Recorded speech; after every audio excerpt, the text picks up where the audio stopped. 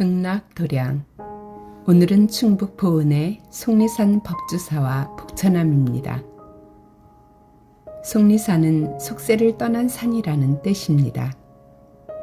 속리산은 수려하고 깊은 산중이라 세속을 떠나 돌을 닦기 좋은 산이었을 거라고 생각합니다. 정의품송을 지나 속리산 입구에 도착하면 충청지역 제1의 도량이라는 뜻인 호서제일 가람 법주사라는 편에게 일주문이 나타납니다. 일주문을 통과하여 시원한 숲길을 걸어가면 속리산 멋진 남봉에 둘러싸인 대도량 법주사가 나옵니다. 법주사는 불법이 머무는 도량이라는 뜻입니다. 법주사의 창건에는 재미있는 설화가 전합니다. 신라 진흥왕 때 서역에서 경전을 싣고 온 스님이 있었습니다. 그 스님은 경전을 봉안하고 불법을 펼칠 도량을 찾고 있었습니다. 그런데 경전을 실은 나귀가 속리산 법주사에서 움직이지를 않았다고 합니다. 스님은 이곳이 경전을 모시고 불법을 펼칠 부처님이 점지해준 좋은 도량터라고 보고 법주사를 창건했습니다. 불법을 세상에 펼치기 위해 얼마나 많은 선인들의 노고가 있었는지 생각하게 되는 설화입니다. 법주사는 통일 신라시대 미륵신앙을 펼쳤던 진표일사가 중창했으며 그 제자들이 미륵신앙을 크게 선양하였습니다. 큰 미륵대불 부처님이 도량의 중심에 서 있고 능인전디 보물로 지정된 마애열의 의자상도 법주사의 뿌리 깊은 미륵신앙을 상징합니다. 개인적으로 독특한 상호와 수인을 취하신 마애미륵 부처님을 바라보고 있으면 신비롭고 마음이 평안해집니다. 미륵 부처님은 석가모니 부처님의 뒤를 이어 우리 사바세계를 용화세계라는 불국토로 조성하여 중생들을 제도하신다는 미륵신앙의 중심이 되는 부처님입니다. 법주사에 들어가면 팔상전이 나옵니다.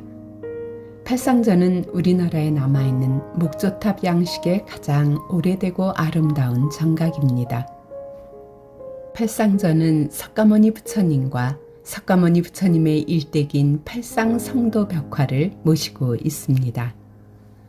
불교 공부는 부처님의 삶을 통해 내가 어떻게 살아야 하는지를 명상하고 실천하는 데서 출발한다는 가르침을 담고 있습니다.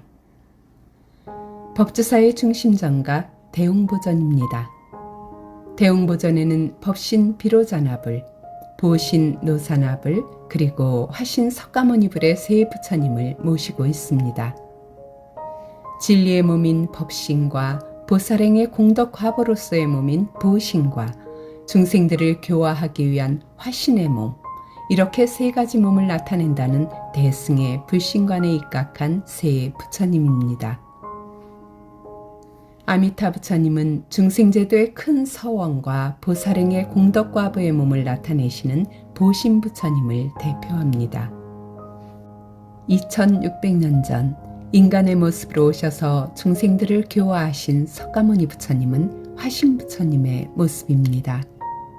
그리고 모든 부처님의 근본은 진리의 몸인 불멸의 법신이라는 심오한 가르침을 담고 있습니다. 관세음보살님을 모신 원통보전입니다. 원통보전에 모셔진 관세음보살님은 참으로 거룩합니다. 관세음보살님을 향한 깊은 공경과 사랑의 마음으로 법을 청하는 선제동자의 모습은 아름답습니다. 불보살님을 향한 공경과 사랑의 신앙심을 어떻게 가져야 하는지 그 몸짓과 눈빛을 통해 잘 느낄 수 있습니다. 1500년의 긴 역사를 자랑하는 대찰인 법주사는 많은 석조 보물들이 있습니다. 첫 번째는 희견보살상입니다.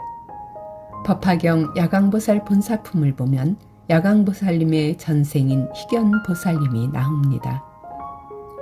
희견보살님은 법화경을 설해 주신 부처님에 대한 공경과 감사를 표현하기 위해 부처님께 공양을 올리고 싶었습니다. 희견보살님은 신통력을 구족하여 신통력으로 많은 물품을 부처님께 공양할 수 있었지만 가장 소중한 당신의 몸으로 소신 공양을 하셨습니다. 당신의 몸에 향유를 바르고 그 몸에 불을 붙이자 그 몸에서 난 불빛이 1200년 동안이나 불타며 세상을 밝혔다고 합니다. 법주사의 희경보살님은 부처님께 당신의 몸을 공양하기 위해 화로를 들고 계신 모습을 하고 계십니다. 부처님을 향해서라면 가장 소중한 몸마저도 다 바치고 싶다는 뜨거운 공양과 신앙의 마음세계를 생각하며 저의 부처님에 대한 공경과 신앙의 마음을 새롭게 다잡게 됩니다. 두 번째는 쌍사자 석등입니다. 대웅보전 앞에 두 마리 사자가 기지개를 켜듯 몸을 펴고 등불을 받들고 있는 모습입니다. 부처님의 설법을 흔히 사자의 외침, 즉 사자오라고 합니다. 백세의 왕인 사자가 아무 거칠 것 없이 기지개를 쫙 펴고 세상을 향해 큰 소리로 외친다면 산천초목이 벌벌 떨겠지요. 세상을 밝히는 부처님의 법은 그 정도로 강렬한 가르침이라는 것입니다. 국보로 지정된 쌍사자 석등은 부처님의 지혜 강명의 가르침이 세상을 향해 쩌렁쩌렁 울린다는 가르침을 잘 표현하고 있다고 생각합니다. 세 번째는 성년지입니다. 극락세계의 연못을 상징하며 화강암으로 조성한 아름답고 우아한 성년지입니다. 꽃과 구름, 덩굴 등으로 아름답게 장식하였고 성년지에 물을 담고 연꽃을 띄워서 부처님의 극락세계라는 것을 우아하게 표현한 아름다운 성년지입니다. 극락의 큰 연못을 상징적으로 우아하게 잘 표현한 우리 선인들의 신앙심과 세련된 미의식을 잘 느낄 수 있습니다. 네 번째는 석조입니다. 법주사에는 한때 3,000명이 넘는 스님들이 상주하며 공부했다고 합니다. 그때 수많은 스님들이 사용하던 식수를 삼아두던 돌로 된 물통이 석조인데 그 엄청난 크기에 놀라게 됩니다. 통이 신라 때인 720년경에 만든 것이라 하니 법주사의 역사와 함께 해온 석조입니다. 법주사에는 많은 스님들이 먹을 밥을 짓던 거대한 철소신 철학도 남아있어 얼마나 큰 도량이었는지 짐작하게 합니다. 법주사를 참배한 조선 선조 때의 문인인 황준양도 법주사의 철속과 수조가 감동적이었나 봅니다. 황준양은 다음과 같은 시를 통해 법주사의 정치와 철속과 석조의 거대함을 노래하였습니다. 옷 같은 기암절벽이 폭포에 씻기고 구곡의 절경은 별천지로구나. 철솥을 만든 것은 어느 때였던가. 석조가 가로놓여 이 산천 짓누르네.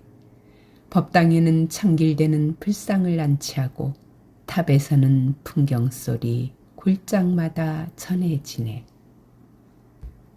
법주사에서 문장대 가는 계곡길을 2km쯤 걸어가면 법주사의 제일 큰 암자 복처남이 있습니다. 얼마 전 세종대왕과 신미대사의 한글 창제 과정을 그린 나란말씀이라는 영화가 상영되었습니다. 이 영화에는 한글 창제에 큰 공을 세운 신미대사와 그 제자 학조대사가 등장합니다. 이 두 분 스님이 상주했던 도량이 바로 법주사의 암자 복처남입니다. 세종의 둘째 아들로 신미대사와 함께 한글 창제에 공헌했던 세조는 신미대사를 스승으로 깊이 공경하며 복처남을 찾았다고 합니다. 계곡길을 거닐다 보면 신미대사를 만나러 온 세조가 목욕했던 목욕소가 남아 있습니다. 복처남은 극락보전에 아미타 부처님을 모시고 있습니다. 아미타 부처님께 참배하고 옆을 돌아보면 신성 같은 모습의 신미대사 진영이 걸려 있습니다. 신미대사는 세조 때 재상을 지낸 김수혼의 친형으로 학문에 밝고 덕성이 뛰어나 세조가 스승으로 모셨습니다. 세조와 함께 강경도감에서 불경을 간행하여 경전을 대중에게 보급하는 데 큰 공을 세웠습니다. 신미대사는 중국어, 몽골어, 일본어, 산스크리트어 등 6개 국어에 능통한 어학의 천재였습니다. 영화 나라말싸미에도 나오듯 세종의 한글 창제에 신미대사의 어학 실력은 큰 도움이 되었습니다. 한글 창제 후 한글로 편찬된 서적 중에 월인청강지곡, 석보상절 등 불교 관련 서적이 대부분입니다. 한글 창제에 큰 공을 세운 신미대사가 불교를 믿던 당시 일반 민중들을 위해 쉬운 한글로 편찬한 노력의 산물인 것입니다. 세종은 죽기 전에 유언으로 신미대사에게 우국이세 해각존자라는 시호를 내렸습니다. 나라를 위하고 세상을 이롭게 하는 지혜를 깨우친 위대한 존자라는 이런 시호를 내린 이유는 무엇일까요? 그를 모르는 백성들을 가엾이 여겨 이들에 대한 깊은 자비심으로 한글을 만드는데 결정적인 공을 세운 신미대사에 대한 세종의 신뢰와 사랑일 것입니다. 복천암에서 조금 산길을 오르면 소량 짙은 산마루에 신미대사 수화마상탑과 학조화상의 부도탑이 있습니다. 간결하면서도 아름다운 승탑입니다. 법주사에 가시면 위대한 선지식 신미대사의 향기가 물씬 배인 복천암에도 들러 신미대사의 승탑에도 꼭 올라가 보시기 바랍니다. 아름다운 여운을 남길 것입니다.